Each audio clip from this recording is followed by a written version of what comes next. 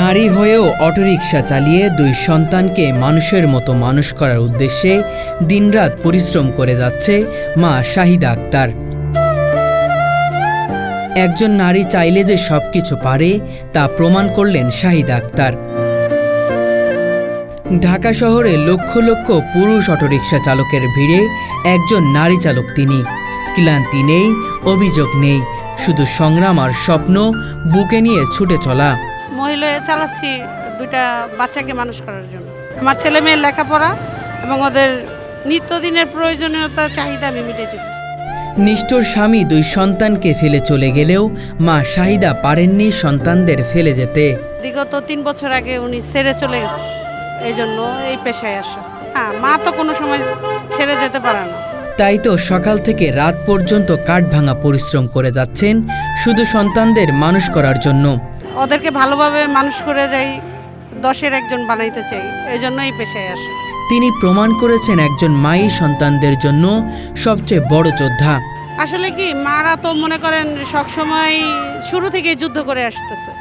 কারণ যখন একটা মেয়ে যখন মা হয়, সেই মেয়েই জানে এবং মা জানে তার সেই কতখানি কষ্ট, সেই 10 মাসের যে কষ্টটা, ঠিক আছে। তো ওই কষ্টটার পরে এখন যে কষ্টটা করতেছি, হয়তো ঠিক আছে অনেক সময় রাস্তাঘাটে নীরবে কান্দি, কারণ আমার ঘরে কান্নার মতো উপায় নেই, কারণ আমার বাচ্চারা আমার চোখের পানি দেখতে পারে না। শাহিদা চাইলে মানুষের কাছে হাত পাততে পারত, কিন্তু একটু ভিক্ষাবৃত্তির পথ বেছে নেননি। তিনি বিশ্বাস করেন হালাল রোজগারে আছে সত্যিকারের প্রশান্তি। আমি আগে চালানো পারতাম না, আমি একটা ভাইয়া আমাকে শিখাইছে। আল্লাহর রহমত ছিল, কারণ আল্লাহর কাছে একটাই কথা বলছিলাম, যেন আল্লাহ আমাকে হালাল পথে রুজি করার পথ করে দেয়।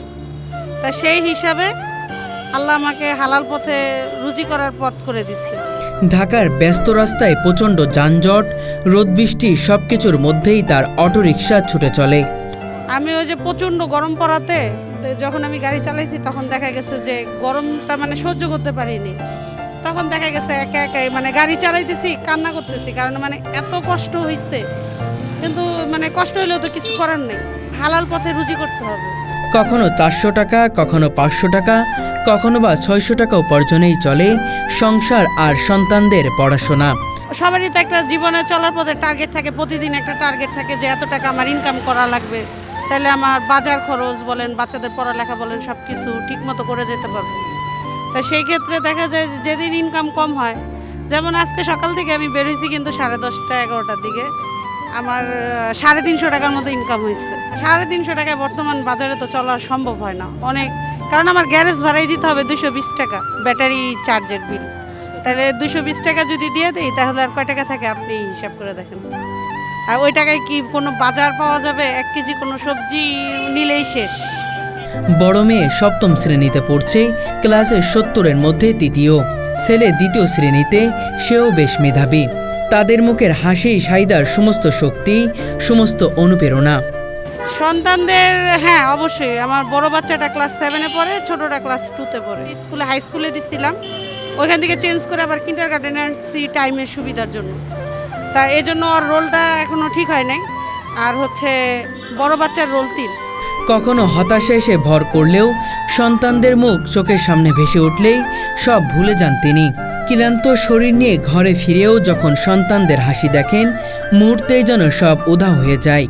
তাদের আবদার তো আর সব মিটাইতে পারি না, যতটুকু সম্ভব হয় মিটাই।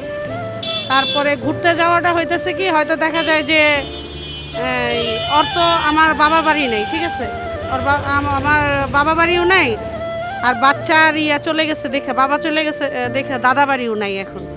তা আমিও এতিম। তা ওই হিসাবে সময় দেওয়া বলতে মনে করেন হয়তো শুক্রবারে একটু বের হয়ে ফুচকা খাওয়াই নিয়ে আসি বাহিরে, বা বেলপুরি, বা হয়তো পুরীর দোকানে এই হোটেলে বসে হয়তো একটু পুরি খাওয়াই নিয়ে আসি, কারণ ওদের তো বিনোদনের কোনো জায়গা নাই মা ছাড়া। এটুকু সময় দেই, হয়তো মাসে, সপ্তাহে 4 দিন তো আর হয় না, মাসে তো আর 4 দিন সম্ভব না। দেখা যায় যে মাসে 1 দিন হয়তো একটু ঘুরতে নিয়ে যায়, যদি সচ্ছলতা থাকে আর কি, পকেটের অবস্থা। অবাক করা মতো বিষয় হলো শাহিদা পর্দা মেনে রাস্তায় জীবিকা নির্বাহ করছে। আমি নিজে কাজ করে খাইতেছি, আমি তো কারো কাছে হাত পাইতে ভিক্ষা করতেছি না, হালাল পথে ইনকাম করতেছি। আর আমি একজন মুসলমান হিসাবে আমার পর্দা ফরজ, সেজন্য আমি পর্দাটাও মেনটেন করেই আমি আমার কর্মজীবনটা চালিয়ে যেতে। শুধু তাই নয়, কোনো নারী যদি অটোরিকশা চালানো শিখতে চায় তিনি নিঃস্বার্থভাবে শিখিয়ে দেন, কারণ নিজের মতো কষ্ট অন্য নারীর জীবনে দেখতে চান না। কেউ যদি কোনো মহিলা সবুজ বা খিলগাঁও এরিয়ার ভিতরে থাকে, তারা যদি এই ভিডিওটা দেখে মানে ইচ্ছুক হয় এই অটো চালানো শেখার জন্য, তাহলে সে আমার সাথে যোগাযোগ করতে পারে, তাকে আমি ফ্রি শেখাবো। কারণ আমি একজন মহিলা হয়ে যে বাধাগুলো পাইছি, আরেকটা মহিলা যাতে এই বাধাগুলো না পায়। সমাজের কটু কথা, সমালোচনা, বাঁকা দৃষ্টি সবকিছু তাকে আটকে রাখতে পারেনি। তার একটাই বিশ্বাস, জীবনে বেঁচে থাকতে হলে হালাল পথে ইনকামের কোনো বিকল্প নেই। আল্লাহর রহমতে মানুষের দোয়াটাই বেশি পেয়েছি, ওই কুটু কথাটা একটু কমই পেয়েছি, এজন্য ওই কুটু কথাটা গায়ে লাগে না। নিয়তের নাম বরকত। আমি তো এখন পর্যন্ত 3 বছর তো টিকে আসছি আল্লাহর রহমতে। হয়তো সামনের দিন হয়তো আরও খারাপ যেতে পারে, কিন্তু তাও তো ফাইট করতে হবে। কারণ মা না খায় থাকতে পারে, সন্তানকে তো মা না খাওয়ায় রাখতে পারে না, তাদের মুখে খাবার দিতেই হবে 3 বেলা। শাহিদা আক্তার শুধু নিজের সন্তানদের জন্য নয়, পুরো সমাজের জন্য এক অনুপ্রেরণার নাম। তিনি প্রমাণ করেছেন নারীরা ঘরে বন্দী নয়, তারা চাইলে রাস্তায় নেমেও সততার সাথে জীবিকা নির্বাহ করতে পারে। দর্শক, আমাদের সমাজের নারীরা আর পিছিয়ে নেই। পুরুষের পাশাপাশি নারীরাও তাদের সমস্ত কর্মকাণ্ডে এগিয়ে চলেছে। আজকে এমন এক মায়ের গল্প আপনাদের সামনে তুলে ধরব, যে মা তার সন্তানদেরকে ফেলে চলে যায়নি, বরং তার বাবা তার সন্তানদের ফেলে চলে যেতে পারে। দর্শক, আজকে সেই বিষয়টি আপনাদের কাছে তুলে ধরবো, জানতে চাইবো তার ভিতরের কথা। দর্শক, চলুন শুনে আসি। সকালে দেখা যায় ফজরের সময় উঠা গা গোসল দিয়ে আর ফজরের নামাজটা আদায় করা হয়, তারপরে রান্না করি, মানে দুপুরের খাবারটা রান্না করি, সাথে সকালের নাস্তা। তাই এগুলি করতে করতে মেয়েটা ঘুম থেকে উঠা যায়। মেয়েটা উঠা হাত মুখ ধুয়ে ওর 6:30 পৌনে 7টা বাজে স্কুলে চলে যায়। এরপরে হইতেছে ছেলেটা 7:30টায় উঠে, তখন ওকে উঠাইয়া তারপর নাস্তা পানি খাওয়াইয়া রেডি করে ওকে স্কুলে দেই। ওর স্কুল টাইম 8:30।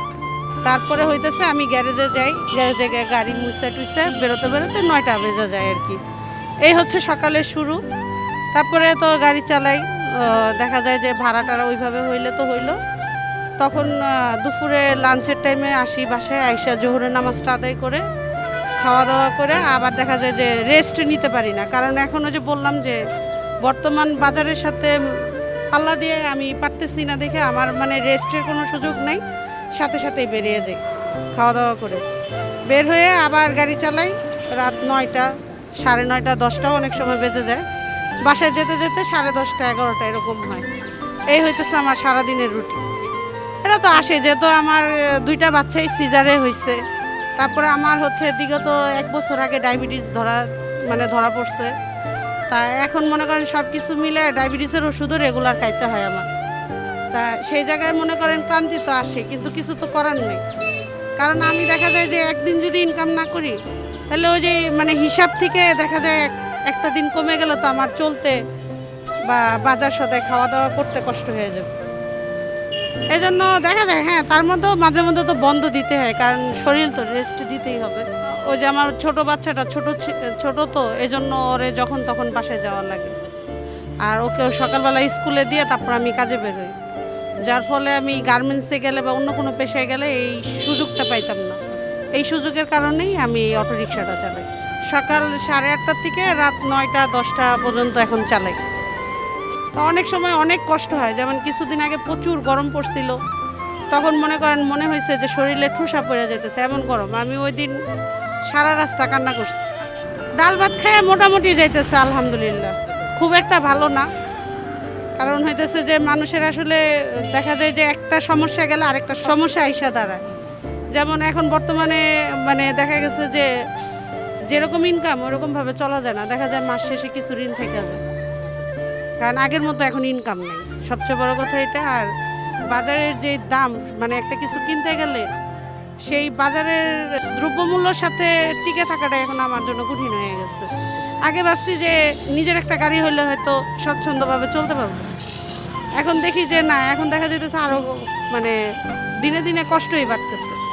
স্বপ্ন হচ্ছে একটা ভালো খাবারের দোকান দেওয়ার, বা এটা হোক বা অটো পার্টসের একটা দোকান দেওয়ার। যদি আমি কোনো সুযোগে পাই যে আমাকে মানে কি বলবো, এটা করে দিচ্ছে বা করে দিবে এরকম একটা আশ্বাস পাই, বা কেউ যদি করে দেয়, তাহলে আমার মনে হয় যে আমার যে বর্তমান গাড়িটা আছে এটারে যদি ভাড়া দিই, কারণ একটা গাড়ি যদি ভাড়া দেয় এটাতে কিছু আসবে।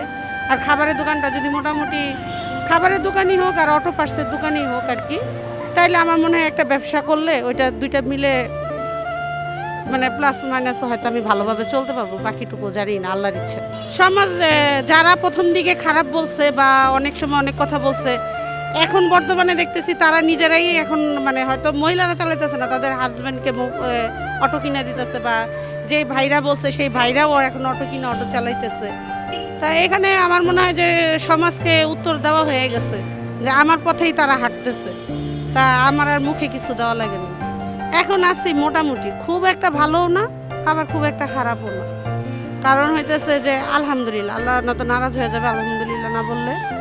না, আল্লাহ সবার প্রতিটা মানুষের জন্য যতটুকু প্রয়োজন অতটুকুই কষ্ট দিয়ে তারপর হয়তো সুখ দেয়। আমিও হয়তো কষ্ট করতেছি, সামনে হয়তো আমার জন্য ভালো কিছু উনি রেখে দিচ্ছেন।